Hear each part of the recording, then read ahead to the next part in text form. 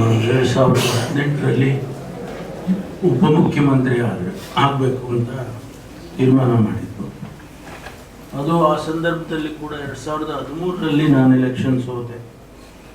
ಬಹುಶಃ ನಾನು ಗೆದ್ದಿದ್ದರೆ ಮಾನ್ಯ ಸಿದ್ದರಾಮಯ್ಯನವರು ಮುಖ್ಯಮಂತ್ರಿ ಆಗ್ತಿರ್ಲಿಲ್ಲ.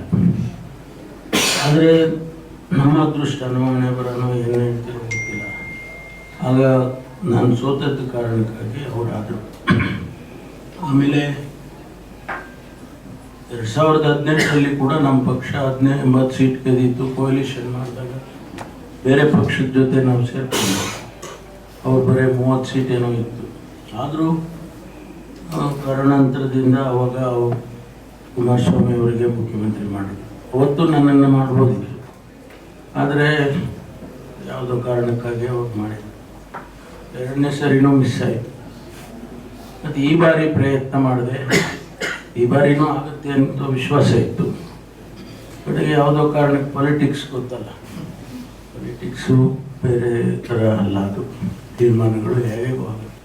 ಉಪಮುಖ್ಯಮಂತ್ರಿ ಸ್ಥಾನವನ್ನು ಕೊಟ್ಟಿದ್ದಾರೆ.